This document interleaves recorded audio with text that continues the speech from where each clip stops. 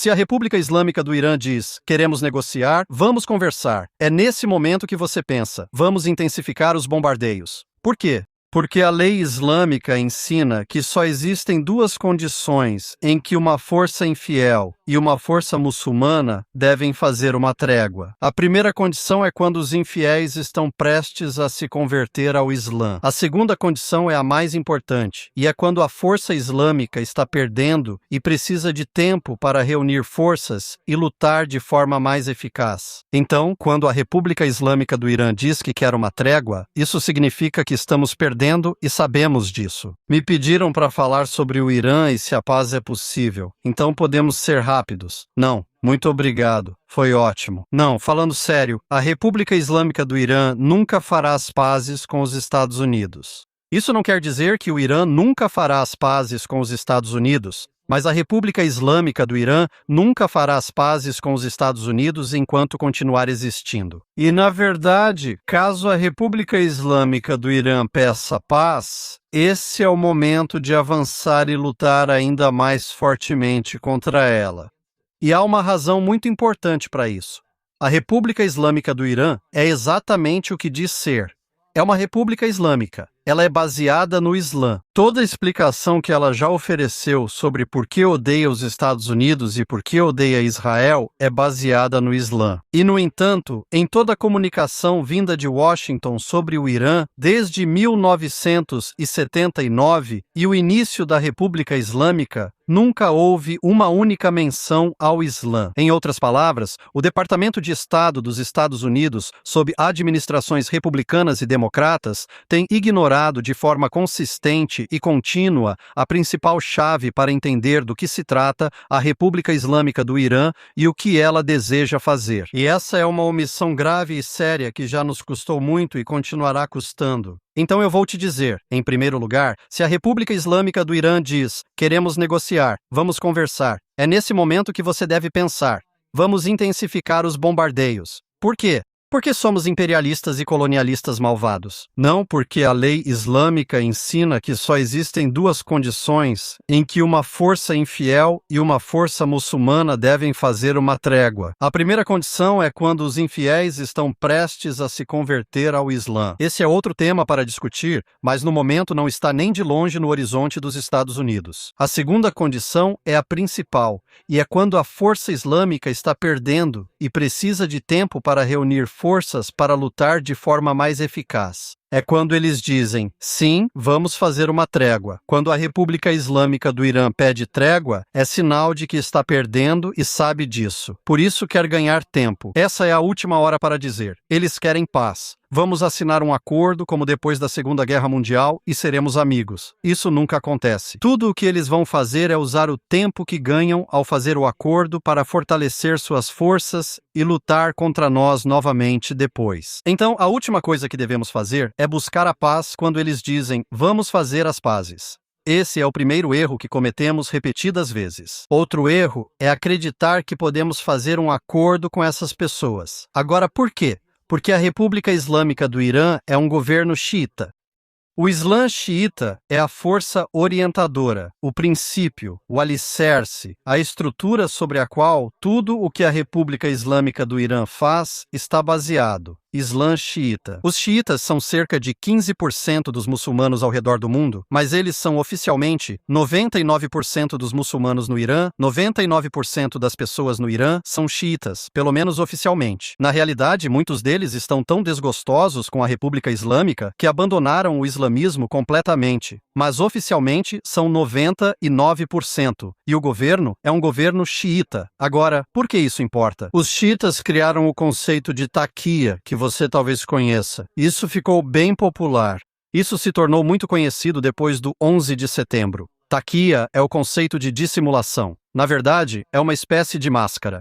Para esconder a calvície, use uma taqiyya. Mas também é ocultação da verdade, porque os xiitas são minoria entre os muçulmanos e os sunitas sempre os matavam. O Islã tem pena de morte para heresia e apostasia. Então você tem uma seita, os sunitas, e a outra seita, os xiitas. Ambos acham que os outros são hereges e apóstatas, e por isso eles se matam. Mas há muito mais sunitas do que xiitas, então os xiitas acabam sendo mortos com frequência. Então eles desenvolveram essa ideia, que na verdade é baseada no Alcorão, o livro sagrado do Islã, que ensina que você pode fingir estar do lado dos seus inimigos para obter vantagem sobre eles. E assim, um xiita com medo pela sua vida diante dos sunitas diria: "Ei, você entendeu errado. Eu sou sunita", e assim salvaria sua vida. E assim, a República Islâmica do Irã pode dizer: "Nós não queremos uma arma nuclear. Nós só queremos energia nuclear para fins pacíficos. Nós não queremos fazer isso ou aquilo. Nós somos seus amigos, e eles vão fingir estar do lado dos seus inimigos." Esse conceito é profundamente enraizado no Islã.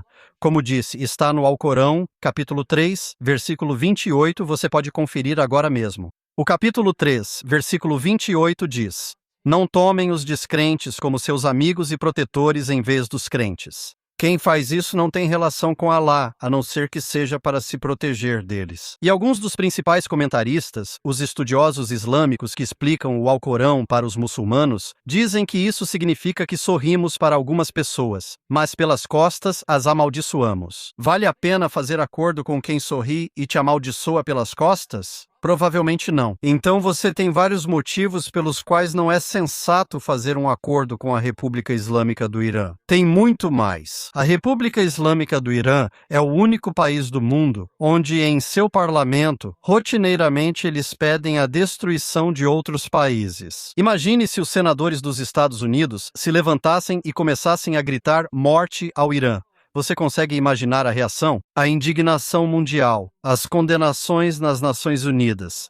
E claro, é inconcebível que algo assim aconteça, nem deveria acontecer. Mas na República Islâmica do Irã, de forma bastante rotineira, eles se levantam e gritam: morte à América, morte a Israel. E nas mesquitas toda sexta-feira você sabe que sexta-feira é o grande dia de oração para os muçulmanos. Claro, existem 5 orações diárias que a lei islâmica exige que você faça, mas nem todo mundo faz. Mas ao meio-dia de sexta-feira tem o sermão na mesquita, e é o principal dia de oração coletiva.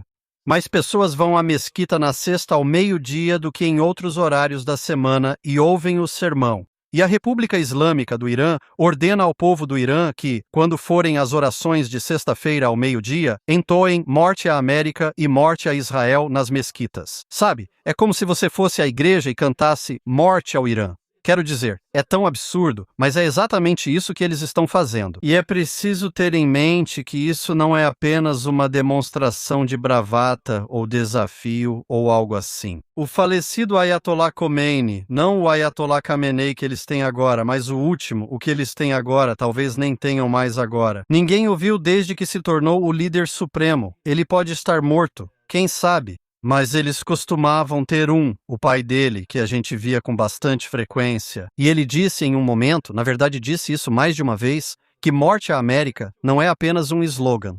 Morte à América é uma política. Morte à América é o objetivo de todo o nosso regime. Morte à América é o objetivo de todo o regime deles. Mas vamos lá fazer um acordo, achando que tudo ficará bem e que eles voltarão à comunidade internacional. E há razões pelas quais morte à América é o objetivo de todo o regime. A República Islâmica do Irã, lembrem-se, como eu disse no começo, é uma república islâmica. Isso significa que tudo que ela faz se baseia no Islã. E eles acham que o Islã, é claro, sendo a única religião verdadeira do único Deus verdadeiro, oferece a única visão verdadeira para a sociedade perfeita na Terra. E um dos principais princípios dessa ideia é o conceito do governo do clérigo, Velayat Faqih, o governo do clérigo. A ideia é que Maomé, o profeta do Islã, era, de certa forma, um líder religioso. Quero dizer, ele era realmente um líder religioso porque recebia mensagens de Alá e elas foram reunidas no Alcorão. Mas ele também era um líder militar e político. E assim, a sociedade islâmica perfeita, de acordo com o fundador da República Islâmica, o Ayatollah Khomeini, não Khomeini, Khomeini, aquele cara que você deve lembrar de 1979, quando depuseram o Shah e o colocaram no poder. Ele formulou essa ideia de que, como Maomé foi o governante da primeira comunidade muçulmana, os governantes legítimos da comunidade muçulmana seriam os clérigos muçulmanos. E assim, Esse é o governo perfeito que Alá ordena para a terra, e ele está incorporado no governo da República Islâmica do Irã. E a República Islâmica do Irã impõe a Sharia, que é a lei islâmica. A lei islâmica não é como a lei americana. A lei islâmica vem de Alá. Ela é baseada no Alcorão, o livro sagrado do Islã, e na Sunna, que é a prática aceita derivada das palavras e ações de Maomé, o profeta. Portanto, é uma lei perfeita que Alá deu ao mundo. E se você quer ter uma sociedade perfeita, você implementa a Sharia. Assim você tem o governante perfeito que Deus ordena e a sociedade perfeita. Não se questiona esse arranjo porque, afinal, é como os 10 mandamentos. Se eu dissesse que não gosto do mandamento de não roubar porque gosto de roubar, poderíamos tirá-lo? Poderíamos votar nisso? Alguém aqui é contra o mandamento de não roubar? Vamos tirar ele. Não funciona assim. É a lei de Deus. Não é negociável. Então é a mesma coisa com a Sharia, exceto que a Sharia cobre todos os aspectos da vida, incluindo o âmbito político. E é toda a lei de Deus que é imutável, perfeita e inalterável. Agora, qual é o principal concorrente dessa visão? Os Estados Unidos da América. Porque os Estados Unidos da América são baseados na ideia que Thomas Jefferson enunciou na Declaração de Independência.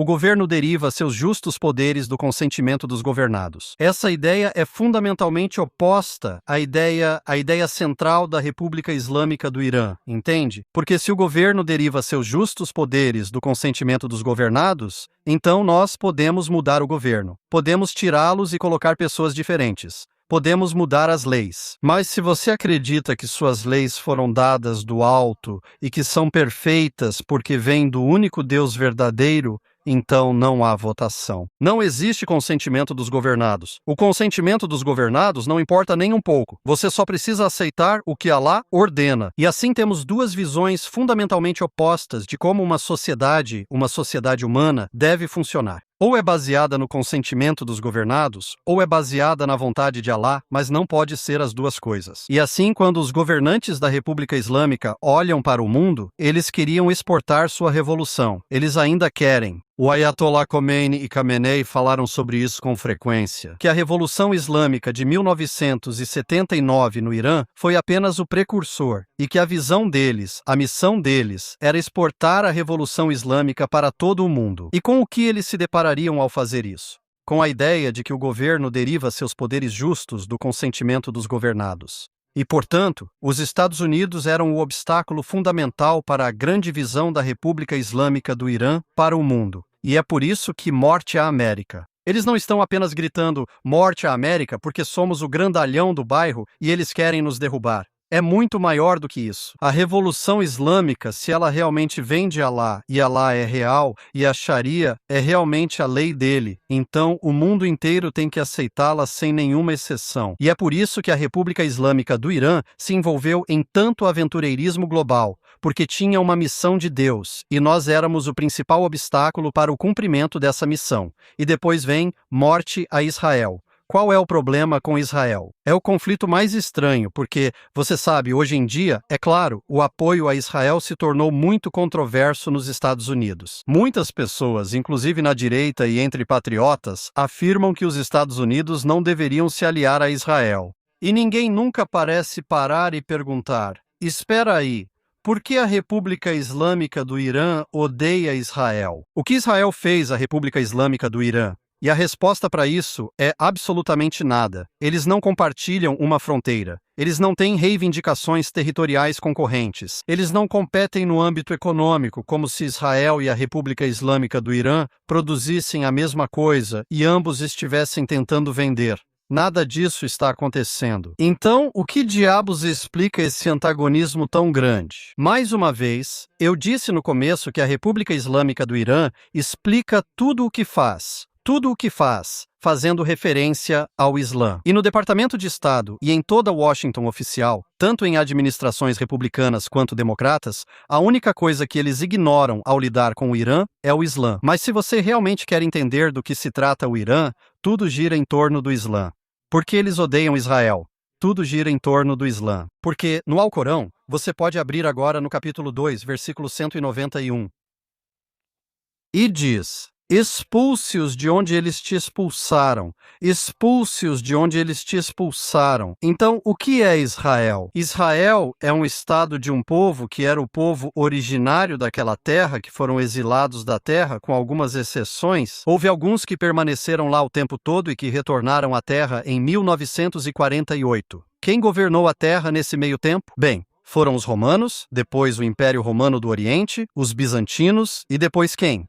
Os árabes muçulmanos, e depois os turcos muçulmanos. E assim, era uma terra muçulmana. Você já percebeu que muitas bandeiras de países islâmicos são verdes? Sabe por quê? Não é só porque eles são torcedores dos Packers. Na verdade, é porque o verde é a cor da primavera, e a primavera é a época do crescimento. E o Islã está sempre crescendo. Não existe outono, não existe inverno, é sempre primavera. O Islã deve dominar e não ser dominado, disse Maomé, e está sempre se expandindo. Então, o que aconteceu em Israel? A terra que era muçulmana, que era governada pela Sharia, foi retomada por não-muçulmanos, e não apenas por quaisquer não-muçulmanos, mas pelos judeus. No Alcorão, capítulo 5, versículo 82, fala dos judeus. Confira. Capítulo 5, versículo 82, diz que você vai perceber que os mais veementes na hostilidade contra os crentes são os judeus.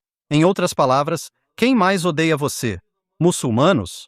São os judeus. Então, eles são os piores inimigos dos muçulmanos. E eles retomaram essa terra. E o Alcorão diz: expulse-os de onde eles te expulsaram.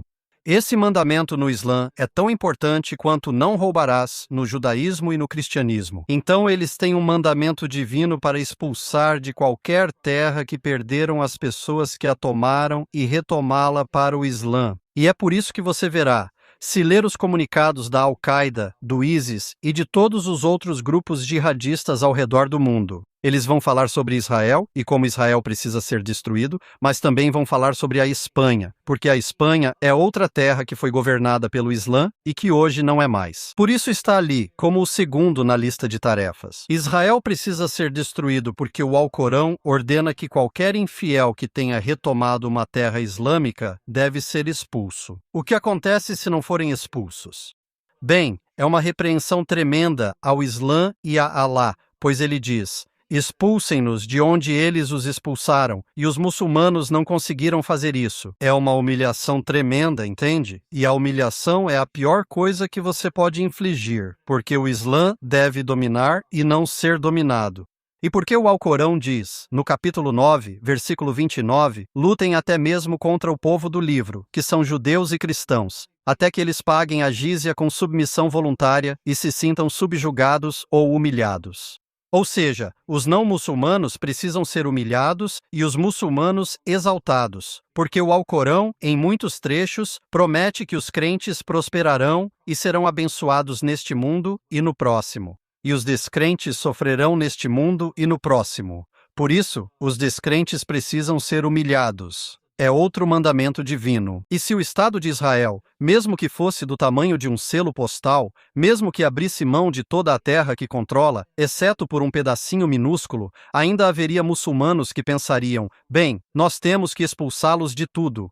E a existência de Israel é uma humilhação, é uma repreensão ao Islã. Mostra que o Islã não é vitorioso, e Alá prometeu vitória neste mundo, assim como no próximo. Então, os Estados Unidos têm que ser destruída e Israel tem que ser destruído. Essas são visões maximalistas. Não há como negociar sobre isso porque são baseados em mandamento divino. Os Estados Unidos têm que ser destruída para que a Revolução Islâmica possa se espalhar pelo mundo e Israel tem que ser destruído de acordo com o mandamento divino para recuperar toda a terra que foi perdida. Toda a terra que já foi governada pelo Islã pertence por direito aos muçulmanos para sempre. Portanto, a República Islâmica do Irã nunca terá relações amistosas com o Ocidente. E não existe nenhum acordo que possa ser formulado que torne possível para a República Islâmica do Irã coexistir pacificamente com o mundo. Isso nunca vai acontecer. E enquanto esse regime existir, ele continuará fazendo guerra para tentar realizar seus grandes objetivos de morte à América e morte a Israel. A República Islâmica do Irã tem que, portanto, ser aquela que sofre sua própria queda. Mas esse é o grande problema que enfrentamos hoje porque, historicamente, se você olhar para todos os conflitos da história mundial, nunca houve Agora, talvez alguém possa me corrigir sobre isso, mas realmente não acho. Nunca houve uma parte agressora que foi conquistada apenas pelo ar, apenas por bombardeios. Era preciso que forças terrestres entrassem. Estou defendendo que os Estados Unidos enviem forças terrestres ao Irã? De jeito nenhum. Mas eu quero falar sobre essa ideia de que mudança de regime é algo terrível do qual devemos nos afastar, algo que muitos comentaristas populares convenceram muita gente disso no último ano ou algo assim. Que, não, mudança de regime é terrível, sabe? E eles baseiam isso no Iraque e no Afeganistão e no fracasso tremendo. Anos que os Estados Unidos sofreram em ambos os países. George W. Bush disse: vamos torná-los uma luz para o mundo muçulmano. Vamos transformá-los em democracias ao estilo ocidental que vão espalhar a ideia de que os governos derivam seus justos poderes do consentimento dos governados por todo o mundo islâmico e haverá paz. E eles subestimaram drasticamente a lealdade que as pessoas tinham à Sharia, a lei islâmica, considerando-a a lei do Deus perfeito, o único Deus. Então, no Iraque, Saddam Hussein foi derrubado e ele era um governante secular. Ele era um tirano terrível, torturava pessoas, colocava pessoas em armários de arquivo e fazia coisas horríveis. E eu não estou defendendo ele nem um pouco, mas ele era um governante secular. Ele não governava de acordo com a lei islâmica. Muitos no Iraque consideravam isso ilegítimo e queriam a lei islâmica, por isso ficaram felizes com sua partida. E quando tivemos a votação no Iraque, em primeiro lugar, os xiitas venceram, porque eles são a maioria no Iraque. É um dos únicos outros países, além do Irã, onde eles têm maioria. E os sunitas, não querendo aceitar nem o governo xiita nem o governo secular, se revoltaram na parte norte do país. Eles formaram grupos jihadistas como o ISIS para impor a lei islâmica, pois creem ser essa a vontade de Alá para os governos. E assim tivemos o ISIS e seu califado no Iraque e na Síria, além de todos os outros grupos jihadistas. Um deles agora tomou o controle da Síria. E tudo isso vem da queda de Saddam Hussein. Então isso foi um desastre. E então temos o Afeganistão, onde derrubamos o Talibã, e o Talibã esperou por 20 anos e depois voltou ao poder porque o povo ama o Talibã e eles amam porque são muçulmanos. O Talibã são muçulmanos. Eles querem a lei islâmica. O Talibã dá a eles a lei islâmica. Estamos nos enganando se achamos que esse é um regime impopular. Se fosse um regime impopular, teria se formado uma oposição enquanto estávamos lá que teria impedido o Talibã de voltar ao poder. Isso nunca aconteceu. No Irã, a situação é bem diferente. As pessoas agem como se, porque isso aconteceu no Iraque e no Afeganistão, algo parecido aconteceria no Irã. Mas não é o caso. É uma situação completamente diferente. No Iraque e no Afeganistão, ambos os países queriam a Sharia. E o governo Bush, assim como o governo Obama, ambos subestimaram drasticamente a lealdade do povo à Sharia e a falta de disposição deles em aceitar uma república ao estilo ocidental. No Irã, eles tinham uma sociedade ao estilo ocidental. Não era uma república livre, mas era um governo muito secular e orientado para o Ocidente sob o comando do Shah. E claro, o Shah foi deposto. Mas agora já são 47 anos de governo islâmico. E foi feita uma pesquisa muito extensa e cuidadosamente calibrada, realizada há alguns anos, em 2020 com iranianos. E apenas 40% ainda se identificam como muçulmanos, porque estão tão desgostosos após 47 anos de governo islâmico que nem sequer dizem que são muçulmanos. Muitos deles se tornaram cristãos. Muitos deles voltaram à religião ancestral do Irã, o zoroastrismo. Muitos deles são ateus. Oficialmente, todos são muçulmanos xiitas. Mas, na realidade, não. No Irã, eu tenho 64 anos. Eu tinha 17 quando o Shah foi deposto. Há muitas pessoas com 64 anos ou mais no Irã. E há muitas pessoas que se lembram de como era sob o Shah, sabem que era melhor e querem um governo secular no Irã novamente. O príncipe herdeiro, o filho do Shah, está pronto para assumir e liderar um governo provisório. Então você tem uma situação drasticamente diferente do que havia no Iraque e no Afeganistão. O povo está enojado com a Sharia. Eles não querem a Sharia. Eles querem um governo muito mais voltado para o Ocidente. Eles, na verdade, não têm nada contra Israel ou os Estados Unidos. O povo, quem tem essa hostilidade tremenda é o governo. Como eu disse, isso vem do Islã, mas o povo já não compartilha necessariamente dessas opiniões. Ainda assim, é um problema muito difícil. Lamento, mas não posso te dar uma solução fácil porque ela não existe. Tem havido conversas sobre armar os curdos e enviar os curdos como forças terrestres para tentar derrubar a República Islâmica. Erdogan, o presidente da Turquia, vetou isso e ele é um aliado dos Estados Unidos, supostamente, e um membro da OTAN. E por isso ele não quer que os curdos sejam armados, porque está em guerra com os curdos do outro lado e não quer que eles revidem. Então, neste momento, está extremamente difícil. O povo iraniano é praticamente o exemplo clássico de não ter controle de armas, porque o regime que eles odeiam tem todas as armas e eles não têm nenhuma. Então, eles estão basicamente indefesos. Muitos perguntam, por que não derrubam o regime? Mas ele detém todas as armas. Então, isso serve como uma boa lição para não permitir a destruição da Segunda Emenda nos Estados Unidos. Mas, de qualquer forma, neste momento, esse é o grande dilema que enfrentamos. Mas todos nós devemos esperar e trabalhar para obrigar o governo dos Estados Unidos a fazer tudo o que puder, exceto enviar tropas terrestres nossas para derrubar a República Islâmica. Sabe, vou encerrar com algo estranho. Quando criança, as faculdades já eram ruins, agora estão piores. Na faculdade tive professores comunistas que sempre falavam da CIA derrubando governos. Fico pensando, onde está essa CIA? Não dá para conseguir que a CIA faça isso agora? De qualquer forma, espero que haja um planejamento cuidadoso para alcançar esse objetivo no Irã. E até que a República Islâmica finalmente acabe, o que seria bem-vindo, não haverá paz. Então precisamos estar preparados para isso e encarar essa realidade com calma e seriedade. Muito obrigado.